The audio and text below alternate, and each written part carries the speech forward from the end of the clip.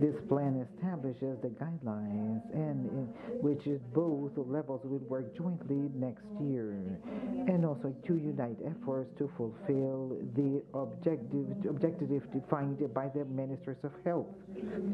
Dr. Jemio now he represents the Executive Secretary of ORAS-CONHU, Dr. Nila Heredia, who signed yesterday this document in Lima, Peru. Actually,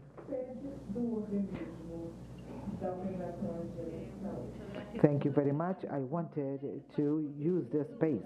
It's been one of the requests made by different countries several times that the different integration mechanisms should work in a coordinated fashion so it can empower activities instead of doubling the work that has been the agendas are very similar necessarily because there are the same actors who are defining this agenda. There are many points in common, and I believe this work that we are developing with the Andean Age Organization is a clear example of how can we be lending the full concept, and the concept we all agree upon. The agendas also should converge and empower the work of each one of the levels to achieve actually the objectives as fast as possible to extend the capacity that we might have. But we have to go beyond actually our concepts, and we have to land it in a pragmatic effort to do advancements. Just to mention to you that the issues have been defined for this working plan with the framework of the agreement that have signed a couple of months ago is actually also we have actually we want from Unasur, we are working to be able to have at the level of South America actually important advancements in the price of medication, and we see actually, but see now the challenge is okay, we have the price bank of ORAS-CONHU. In 3 weeks will be trained assistant for the countries of Unasur. Then how can we turn this both strategy to be matched together so they will serve as basis for the countries with more effective health, reproductive, sex, and sexual health. All this issue of actually Andean organization has a lot of experience and disaster risk. We have been working on this also, but this will allow us to land even more this type of activity. Thank you very much, Jorge, on behalf of Isags. I also want to thank the director, Dr. Nila, for her efforts in this sense.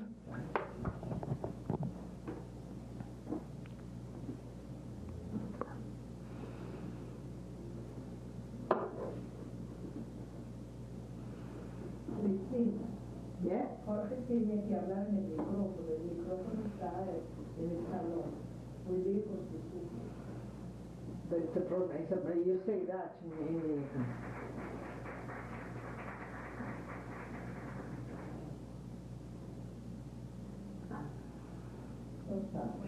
Well then, now we go to the presentation to be made by Dr. Jorge Jemio. He will be talking about qualified migration from the perspective of Andean countries. Thank you very much, sir, for coming today.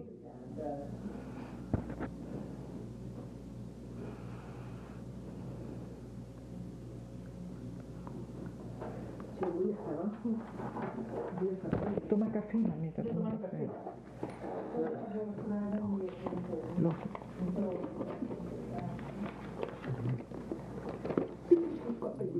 In the first place, I would like to convey the greetings, warm greetings of Dr. Mila Heredia Miranda, Executive Secretary of ORAS-CONHU, to the Executive Director of Isags, Dr. Karina Van, and her team, of course.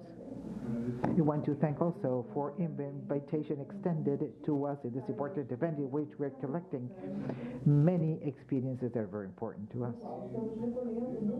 And now in this occasion, when we talk about migration, when you see the different conceptual aspects, institutional aspects, operational aspects, the causes, the number of migrants and so forth, that that this point we have kind of assimilated already. Also, we should also address the aspect of migration of the health personnel that was an object of a research during the year 2011. In this research,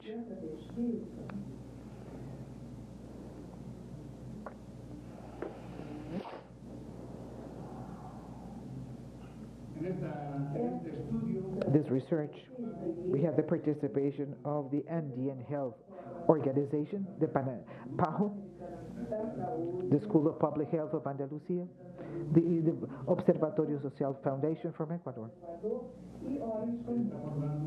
is addressing migration from doctors and nurses, in this case, towards the European Union, especially focusing on Spain and Barcelona mainly.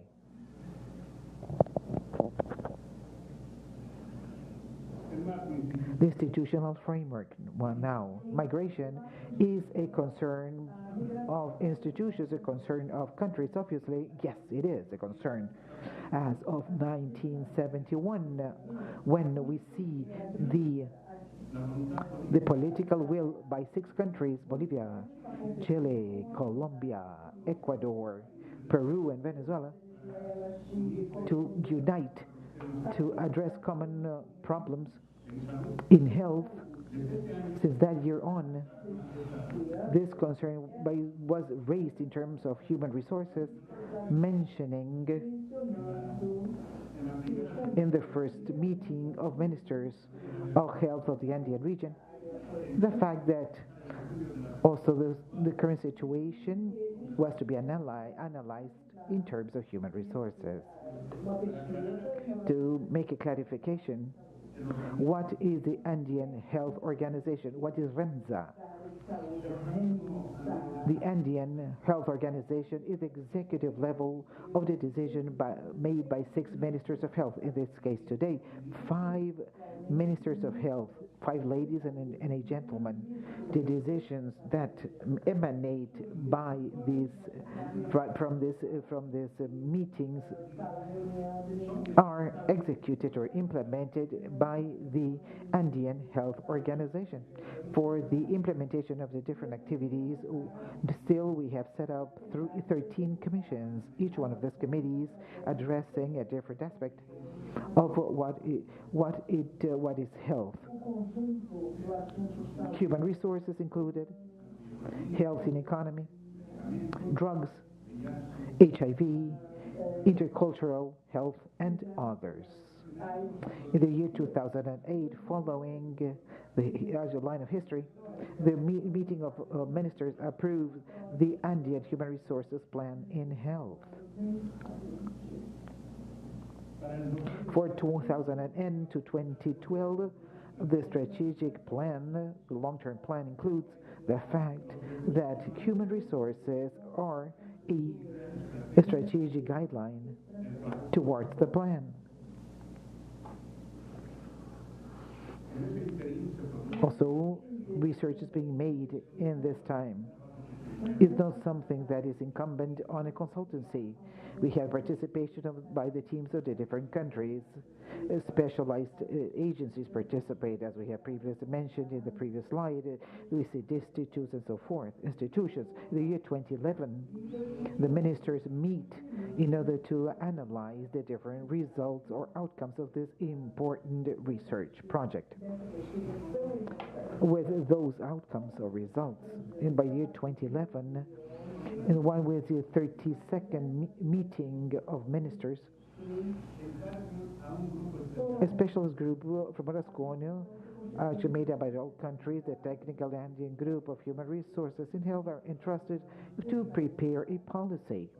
Then already we see that today there is a Andean policy. We have 6 policies for different important issues approved by ministers. And also this should include regulation of migration of health personnel. The study had identified the fact that effectively migration of these personnel he had and actually he had a profile that I'm going to be depicting now. At this point, in terms of the methodology, we have to say that it's an analysis has a multicentric design establishing 5 sources of information and processing, be it one in each one of the countries. Also, the Andean countries that are 6, one in Spain and another one also in Ecuador in the research center. To be able to guide indicators, surveys, research, they have signified actually interviews with focal points, people that came and go and went to the different countries. Also, 5 lines of action are being taken into account. There are the ones that are worked together with PAHO, and they correspond to the magnitude and migration flows, the sources of information, the characteristics of migration, qualified migration, in this case, human resources in the countries of origin, and also an aspect that had to do with the project, which is ratification of actually degrees or certificates. Identifying first the conceptual framework. Also, is not just a research and see what they find. Then the conceptual framework establishes this aspect, which is, I believe that this what was considered as the aspect of the macro structure. Yes, at least for each research, for each process, there is always structural aspect, an institutional one and a local one too. Then it is thought that professional migration in the macro level is not an accident, is not by chance, but it has to do with political framework and the history of the countries.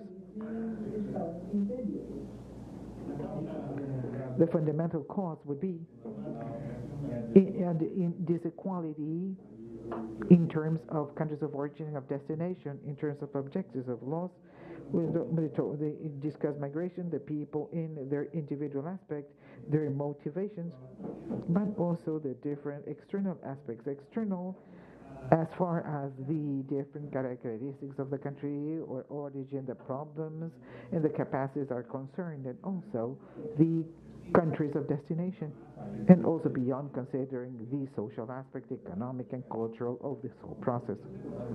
And secondly, mentioned as an objective would be actually see what is the countries are being doing with vis-a-vis this process. If they take it up as a problem, or what is it they do in reality to preserve their human resources. This was a second aspect to be actually to be searched and investigated. We see aspect of the conceptual framework that some has been actually stated before, and this actually after a stage of the capitalistic accumulation, there is a break, and then the cycle starts. That starts at the end of the 70s. That's also in the 90s after the Washington Consensus. I'm not talking about the characteristics of this process, but definitely the SS had exerted an influence so that countries will appear, so the gaps between poor and rich countries be deeper.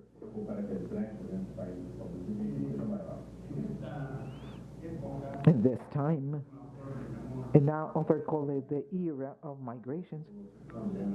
There are migration from Africa towards in Latin America, so this underdeveloped countries towards the rich countries, whether Europe, Japan, Australia, New Zealand, Canada, and the US.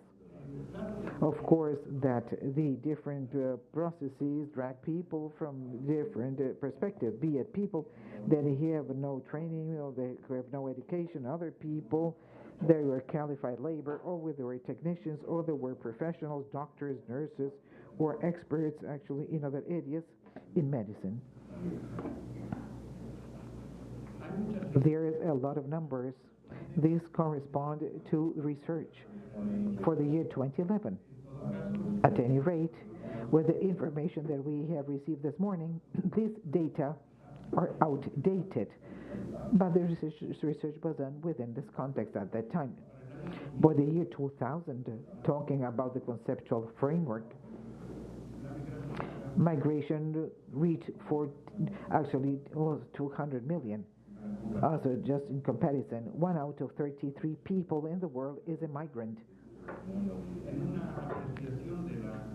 Actually, according to evaluation of the Migration Organization, it was said that all migrants were just one single country. This country would be in the 5th position of the most populated countries in the world. We can imagine that now. I guess it should be even more at the top of the list. It should be located. There's an aspect that stated people who leave send remittances to their countries. We say that perhaps there will be an interdependence between countries of origin and countries of destination because of remittances, then sent back to the countries of origin. There are international treaties. International treaties have appeared before the countries of America have been able to reach their independence, like the Monroe Doctrine, the International Treaty of Reciprocal Assistance, and we have the agreements like the last one, I believe, which is the one of the Pacific, must be the TPP, and also these agreements actually have actually their aim is international trade, but finally they do favor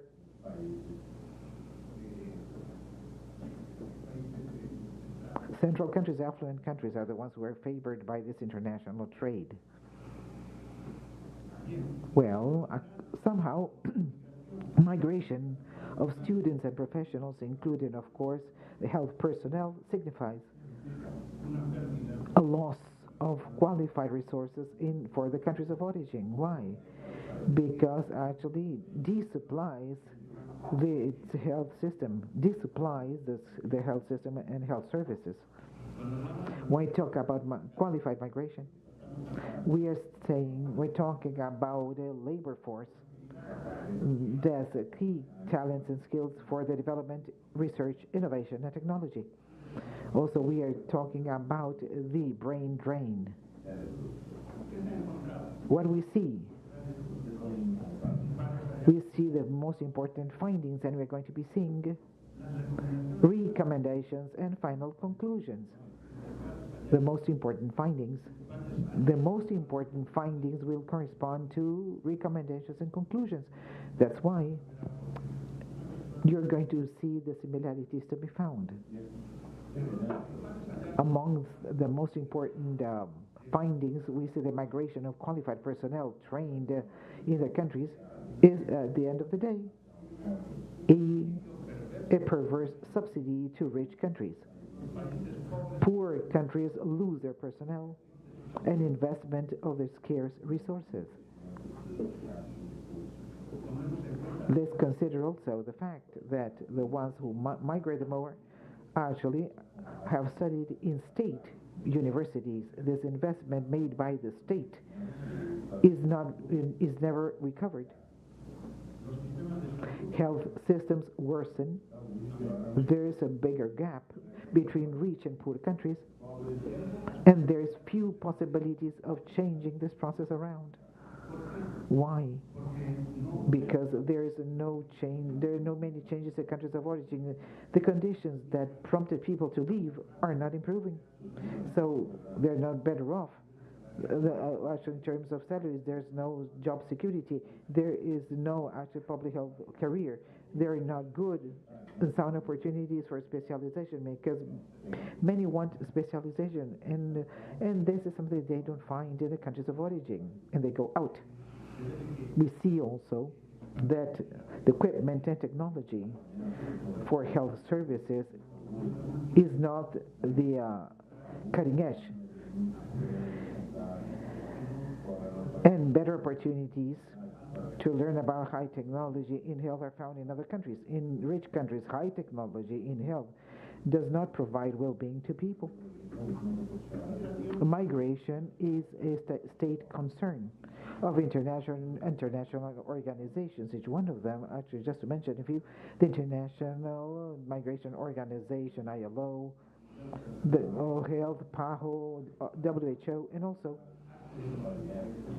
they show their concern, and also they rehearse actions or plans, mechanisms in order to contribute to the solution of this problem. For example, the WHO for the year 2006 wanted to take state actions and social actions jointly among the countries of origin and of destination.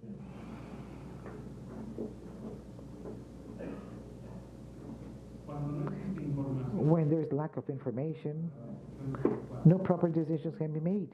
And also, we say that information channels should be set up to be able to collect information properly.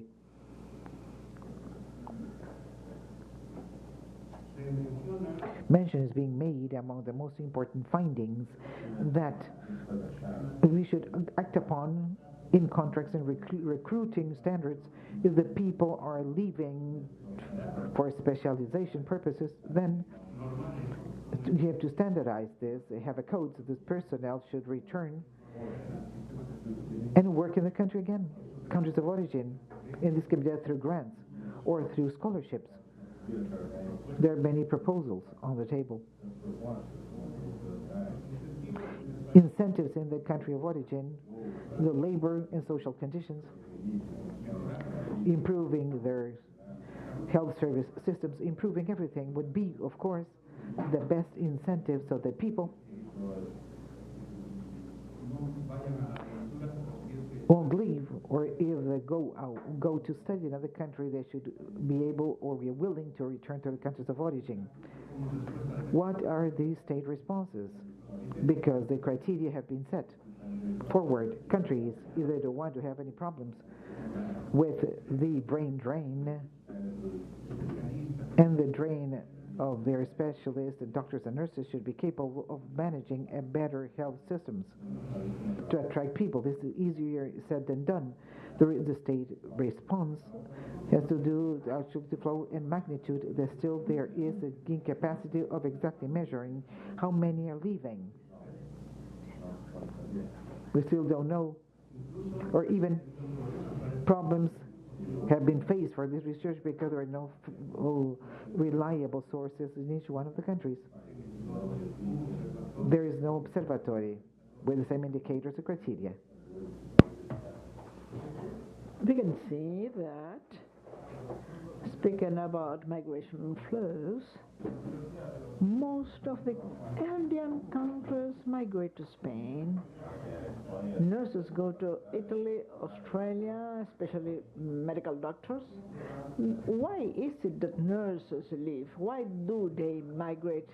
In view of the low salaries in their countries, to improve their situations, and many times by the lack of jobs. Medical doctors do not have these reasons. They wish to optimize their professional development. They try to qualify more, and there are many networks and channels offering space in other countries with their families. When we ask the countries if they have any policy for retaining their human resources, divididas, porque la mitad dice que no y otros mencionan algunos mecanismos de los estados.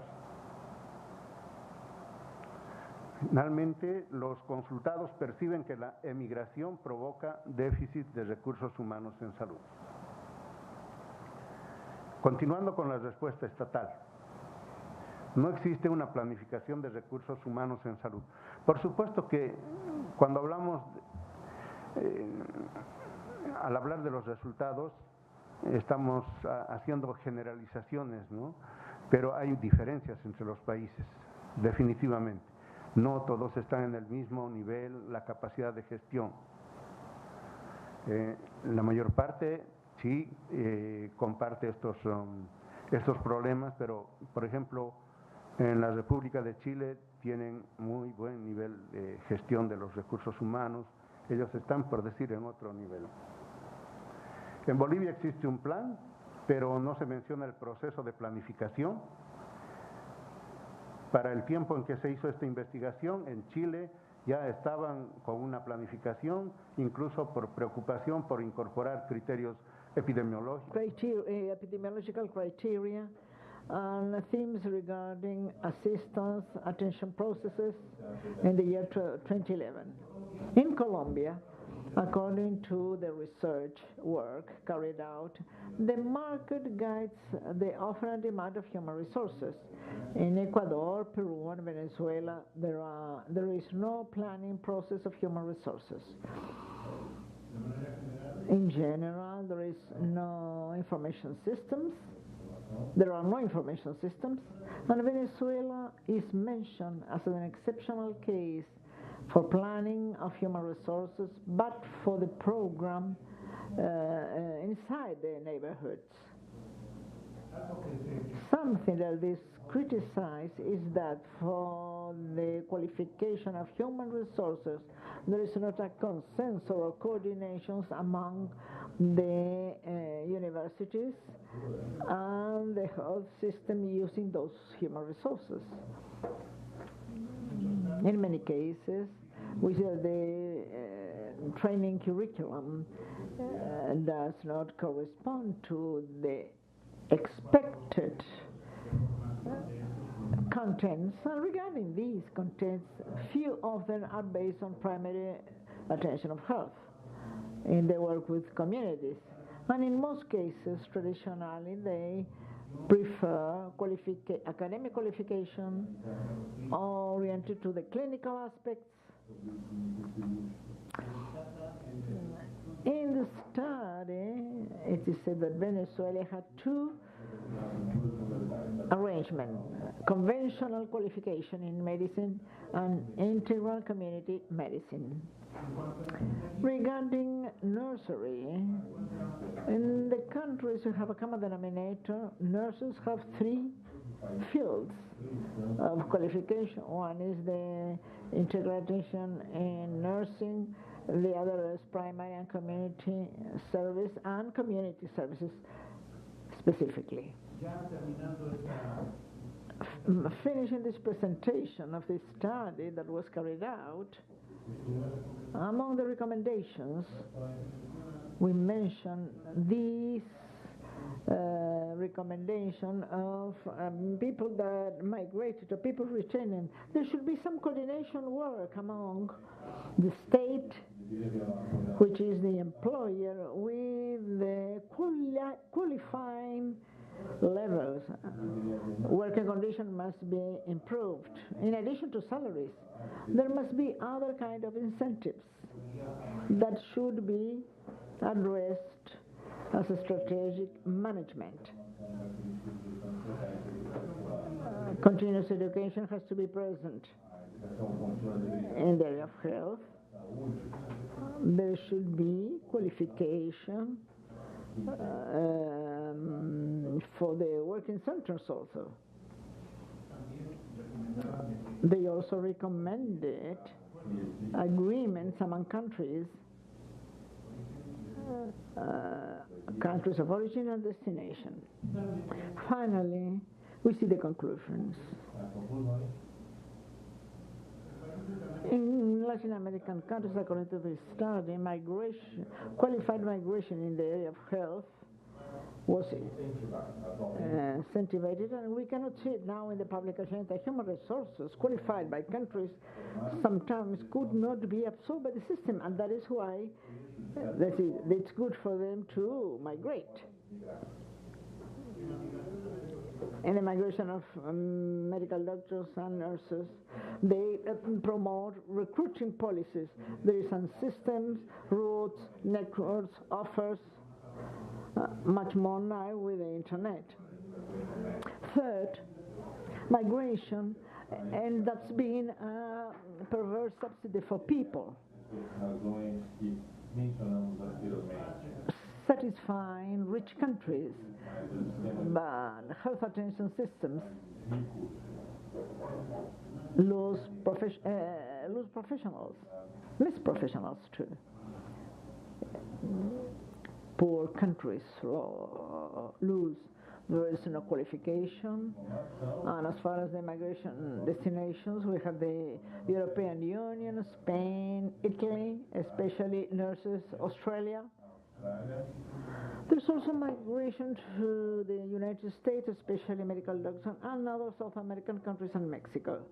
Of course, there are some special cases, many doctors that migrate to the U.S., end up working in a restaurant, or someone migrating to Argentina is building up its medical attention network with ambulances and so on. Migrants are professionals with the qualification in specializations, and they weaken the health system in their countries of origin. Migrants were qualified by public universities in the majority of cases. As you can see, as we have seen, this that we are seeing now seems to be a repetition, because this is, we are seeing that in the main findings.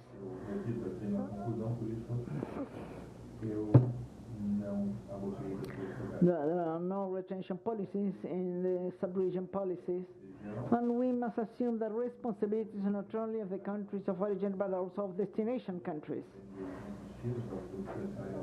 Recognition of titles, diplomas in Andean countries follow similar and cannot consider be as an obstacle, and the study that I'm describing also has three parts. I mean, the first one that I'm presenting, the second one that refers to the costs, how much does it cost to the country to qualify a doctor, and also the cost of migration, and thirdly, the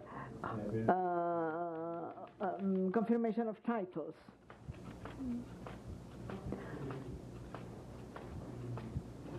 I know that this material can be useful. These processes are long.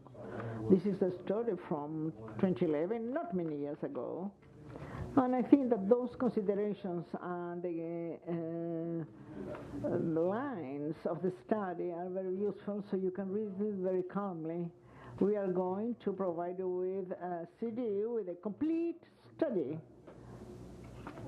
And also, as it was mentioned, that there are important documents in the Andean health organizations. We are going to leave at the Isags Andean policy of planning and management of human resources in health, and we are going to leave here also the publication of this research, and in addition a document very valuable speaking about planning and human resources in health in Andean countries. Those who wish to review some of these documents may get into the webpage of the Health Andean Organization, and I take the opportunity for thanking you for your kind attention. Thank you.